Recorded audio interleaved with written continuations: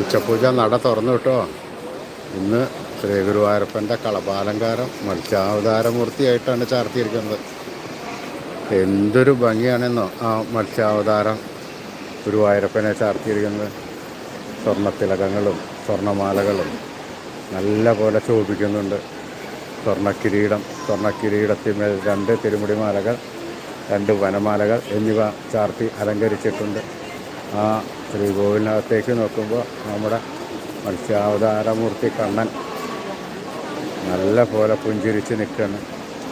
ഭക്തജനങ്ങളെ അനുഗ്രഹിക്കാനായി കാത്തിരിക്കുകയാണ്. ആ കണ്ണനെ എല്ലാവരും മനസ്സിൽ ധ്യാനിച്ചോളൂ കേട്ടോ.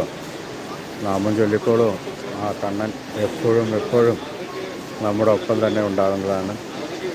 മുറുക്ക പിടിക്കുക, നാമം ചൊല്ലുക, കണ്ണൻ നമ്മളെ കൈവിടില്ല കേട്ടോ. എല്ലാവരും ആ തൃപ്പാദം മുറുക്ക പിടിച്ചോളൂ, നാമം ചൊല്ലിക്കോളൂ.